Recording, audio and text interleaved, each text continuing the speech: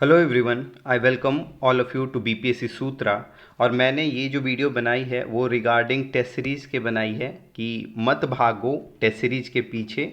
मैं क्यों ऐसा बोल रहा हूँ इसके बारे में बात करेंगे। लास्ट में मैं बुक लिस्ट पे आऊँगा, आपको बुक लिस्ट के बारे में बताऊँगा कि कौन कौन सी बुक लिस्ट आपको फॉलो करनी चाहिए, ये कैसे करनी चाहिए। ठीक, उसके बाद किन को छोड़ना है ये भी मैं बताऊँगा कि कौन से टॉपिक या कौन से चैप्टर्स मतलब सब्जेक्ट को आपको स्किप करना है फॉर नाउ, वो मैं बात करूँगा। और मैंने ना इस वीडियो में क्यों मतलब किन के लिए ये बोल रहा हूँ कि मत भागो टेस्ट सीरीज के पीछे, उससे पहले मैंने 3 टाइप के मतलब स्टूडेंट को डिवाइड कर रखा है इसमें। एक तो होंगे कि न्यू एकदम फ्रेशर, जिनको कोई आइडिया नहीं है, बीपीएससी पहली बार दे रहे हैं वो लोग। ठीक, दूसरे कि जिन्होंने पहले दे रखा है, उसमें भी 2 कैटेगरी हैं, जिनका प्रीलिम्स क्लियर हुआ है और जिनका प्रीलिम्स क्लियर नहीं हुआ है। तो जिनका प्रीलिम्स क्लियर हुआ है तो उनको तो अभी 70% मेंस पे टाइम देना चाहिए अभी भी, क्योंकि अल्टीमेट सिलेक्शन मेंस से ही होता है। और 30% चाहो तो आप टाइम प्रीलिम्स को डेडिकेट कर सकते हो। जिनका प्री पहले क्लियर हो चुका है उनके लिए बात कर रहा हूँ। ठीक, आपको तो ऐसे मेरी गाइडेंस की ज़रूरत होगी नहीं। और जो लोग प्री जिन्होंने क्लियर नहीं किया है उनके लिए मैं बोल रहा हूँ कि आप 70% टाइम अभी भी आप प्री पे दो और 30% टाइम मेंस पे दो। ठीक, उसके बाद जो न्यू स्टूडेंट हैं उनके लिए मैं बोलूँगा कि आप प्री को 90% टाइम दो और 10% जो भी टाइम है ना उसको आप मेंस के सिर्फ पी वाई क्यू के मॉडल आंसर मतलब 70, 69, 68 और 67 इसके मॉडल आंसर आप देखो। आप करो सॉल्व नहीं करो वो नहीं मैं कह रहा हूँ, आप देखो, गो थ्रू करो। जैसे मैंने भी बहुत सारे वीडियो बनाए हैं, या आपको जिसकी भी वीडियो पसंद आती है या आपके पास अगर नोट्स है 70, 69, 67, तो उसको देखो कि क्वेश्चन कैसे ब्रेक होता है। बस सिर्फ आपको देखना है कि कैसे टूटता है, कैसे उसको एड्रेस किया जाता है, बस इतना आप जानकारी रखो। ठीक, अब मैं बात इस पे आऊँगा टॉपिक पे कि जो देखो जो न्यू स्टूडेंट हैं और जिनके मतलब प्रीलिम्स अभी तक क्लियर नहीं हुई है उनके लिए, ये दोनों स्टूडेंट्स के लिए मैं बात करूँगा कि क्यों आप टेस्ट सीरीज के पीछे मत भागो। सिंपल एक लाइन में अगर बोलूँगा तो इनपुट आउटपुट रेशियो नहीं सही होता है टेस्ट सीरीज के। टेस्ट सीरीज के क्वेश्चन एग्जाम में नहीं आते हैं एज इट इज। जैसे देखो आप बता रहा हूँ कैसे इन लोग करवाएंगे क्या, 20-30 मतलब ऐसे 30 तक तो कराते ही कराते हैं, ये 20 से 30 से आपसे टोटल टेस्ट करवा लेंगे। कैसे, सेक्शनल और आपसे फुल लेंथ। ठीक है, फुल लेंथ ये दोनों रूप में करवाएंगे, आपसे क्वेश्चन करवाएंगे, जिसमें क्या होगा कि 150 क्वेश्चन एक एक टॉपिक मतलब कि एक एक सब्जेक्ट के सेक्शन के होंगे वैसे करके। तो आप लास्ट में क्या देखोगे कि आप 4000 से 5000 मिनिमम बता रहा हूँ कि इतने क्वेश्चन कर चुके होंगे। ठीक, और उसके बाद आपका क्या निकलेगा कि जो भी आपने जो टेस्ट सीरीज देने के बाद आपका ऐसा क्या निकलेगा कि 20 क्वेश्चन आ गए, वो भी डायरेक्टली नहीं, डायरेक्टली इनडायरेक्टली मिला के कह रहा हूँ, डायरेक्टली इनडायरेक्टली मिला के कि 20 क्वेश्चन हो गए। तो उसमें से क्या आपको लगता है कि क्या इनपुट आउटपुट रेशियो सही है? नहीं, वो भी सारे टेस्ट सीरीज से नहीं आते हैं, कहीं कहीं से वो भी निकल जाते हैं बहुत मेहनत करने के बाद। बहुत हो गए तो 20 क्वेश्चन, बहुत होंगे तो 20 क्वेश्चन निकलेंगे, वो भी कैसे क्वेश्चन कि जो हर जगह आपको अवेलेबल होगा, जैसे घटना चक्र, जैसे एनसीईआरटी। ये आपको आपको मतलब मोस्टली क्वेश्चन जो नॉर्मली जो मार्केट में चलते रहते हैं ना वही मैच करते हैं। तो उनको करने का इनपुट आउटपुट रेशियो मेरे हिसाब से तो बिल्कुल सही नहीं है। आपको क्या अभी काम करना चाहिए इसके बजाय कि आपके बेसिक्स पे काम करना चाहिए। ठीक, क्यों मैं बोल रहा हूँ अभी, क्योंकि 100 बस अराउंड 100 प्लस मतलब मान लो आप 105 110 दिन ऐसे पकड़ लो कि इतने ही टाइम में भी बच रहा है। ठीक है, तो आपको क्या करना चाहिए कि बेसिक पे काम करना चाहिए, प्लस में आपको कॉन्सेप्ट बिल्डिंग पे आपको काम करना चाहिए। उसके बाद आपको टॉपिक या जो भी आपके चैप्टर्स होंगे, चैप्टर्स उनको आपको समझने पे टाइम देना चाहिए। ये काम आप पहले करोगे तब जा करके आप टेस्ट सीरीज, हाँ ये अगर इनकी मर्जी, ये जिन्होंने क्लियर कर रखा उनकी मर्जी, तो वो जा करके बिल्कुल लगाओ आप अभी से। लेकिन मेरे हिसाब से कोई फ़ायदा नहीं है, आप उसकी जगह पे टेस्ट सीरीज को स्किप करो। मैं जो बोल रहा हूँ आप एक बार फॉलो करके आप देख लो, क्योंकि मैंने 3 टाइम्स प्रीलिम्स को क्लियर किया है। ठीक है, तो एटलीस्ट मतलब मैं आपको गाइड कर सकता हूँ as a friend, as a mentor, as a buddy, कुछ भी आप समझ लो। ठीक है, तो उसके हिसाब से मैं बोलूँगा आपको कि P Y Q is king, मतलब ये मान के चल लो कि प्रीवियस ईयर क्वेश्चन है ना वही की है, वही की है। आपको उसी से आइडिया मिलेगा कि कैसे क्या करना है। और उसके लिए क्या करना है, सिंपल घटना चक्र आप उठाओ। देखो आप टॉपिक जो भी कंप्लीट करते जाओगे, टॉपिक और चैप्टर कंप्लीट करोगे, उसके बाद आप क्या करो कि घटना चक्र उठाओ। और सिर्फ मैं 3 सब्जेक्ट के घटना चक्र आपको खरीदने के लिए बोल रहा हूँ, एक हिस्ट्री, एक साइंस और एक पॉलिटी। पूर्वालोकन करके आती है हिंदी में, ठीक है। तो वो आप खरीद लेना, मार्केट में कुछ जितने की भी प्राइसेज आएंगी, मतलब 200-300 अराउंड इसी के आसपास की होती है, ठीक। तो आप देख लेना कि वो 3 बुक मैं कह रहा हूँ घटना चक्र की, 3 बुक खरीदने के लिए सिर्फ हिस्ट्री, साइंस और पॉलिटी। इसके अलावा और मत खरीद लेना, बहुत लोग ज्योग्राफी खरीद लेते हैं, बट उसके लिए मैं बात करूँगा बुक लिस्ट में कि कौन सी उसके जगह पे आप रिप्लेस कर सकते हो। अच्छा ठीक है, तो इसको स्टार्ट करने से पहले, हाँ यहाँ पे आता हूँ। इसका पहले इंपॉर्टेंस आपको बता देता हूँ कि इंपॉर्टेंट जो सब्जेक्ट हैं डिक्रीजिंग ऑर्डर में, मतलब ऐसे देख लो करेंट के सबसे ज़्यादा क्वेश्चन रहते हैं, आप डायरेक्टली इनडायरेक्टली अगर जोड़ोगे, क्योंकि करेंट इकोनॉमी का भी पार्ट होता है, ठीक है। जो बजट, जो सेंसस, इकोनॉमिक सर्वे, ये सब मतलब इसी के पार्ट कहीं ना कहीं ऐड कर दिया जाता है। तो सबसे ज़्यादा इंपॉर्टेंट तो करेंट है। उसके बाद आप science, history, Bihar special, geography, polity, मतलब ये जो आप 4 सब्जेक्ट है ना, ये जो 4 सब्जेक्ट है, ये कर लोगे तो 100+ मार्क्स के आपके क्वेश्चन हो जाएंगे। उसके बाद अब ज्योग्राफी, पॉलिटी, रीजनिंग और मैथ्स, अब तो रीजनिंग ही रह गई है, ठीक है, और इकोनॉमिक्स, ठीक। तो ये डिक्रीजिंग ऑर्डर में मैंने आपको ये बता दिया कि सब्जेक्ट कौन कौन से, मतलब कैसे आपको स्टडी करनी है, वो मैंने बताया, ठीक।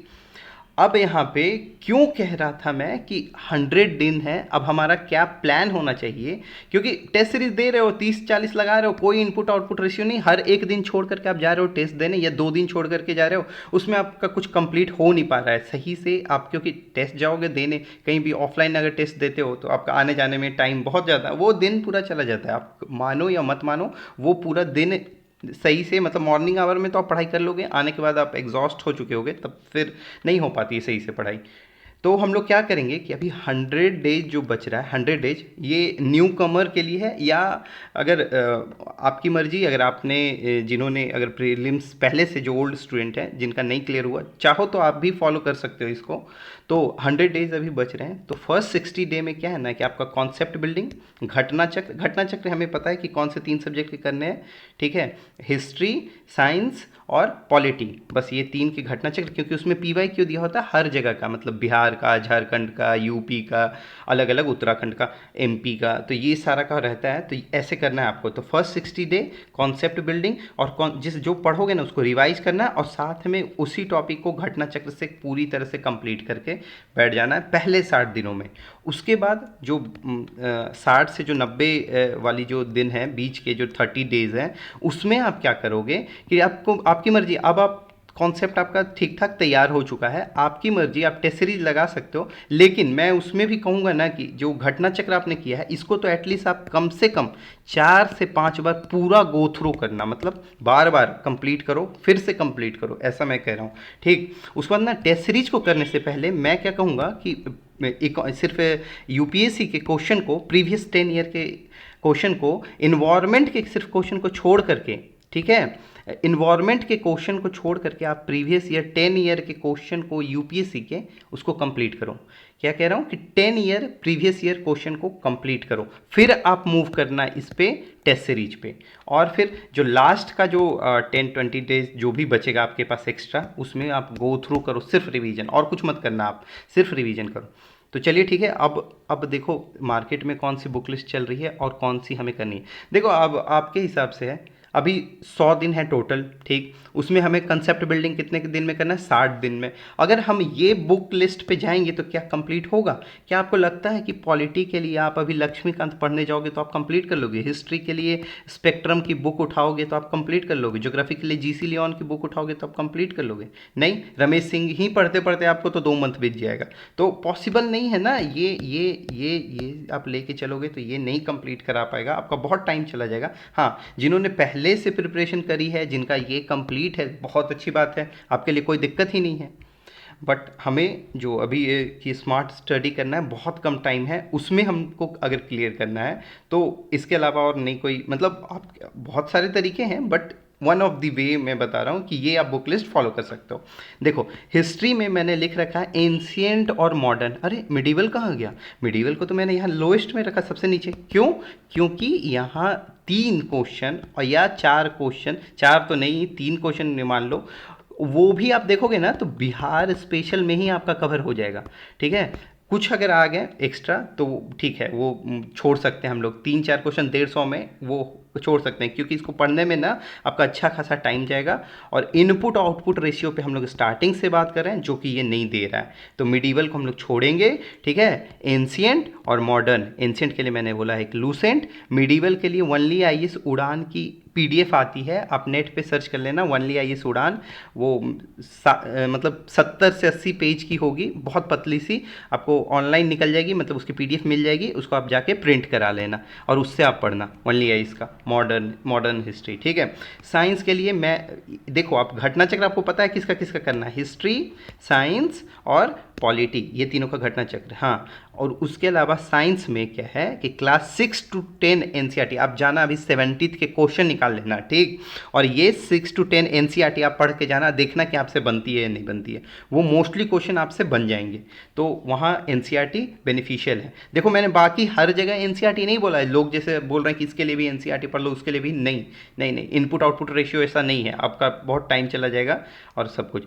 तो उसके बाद फिर देखो करेंट के लिए मैंने 2 बोल रखा है यहाँ पे। एक आप मंथली मैगजीन जो भी आप फॉलो करोगे वो ले लेना, आप जैन से ले लेना, हाँ जैन से ले लेना। तो मंथली मैगजीन प्रतियोगिता दर्पण मैंने रेकमेंड किया है, और कंपाइलेशन एक आती है, मतलब ईयरली कंपाइलेशन, वो एडुटेरिया की आपको आ जाएगी, या मतलब आप इसमें ना बिहार स्पेशल की भी परचेज कर लेना, एडुटेरिया की ही बिहार के लिए भी कंपाइलेशन आएगी करेंट की, वो भी आप खरीद लेना, तो 2 बुक। ठीक, उसके बाद बिहार करेंट रिगार्डिंग इसकी आती है बुक।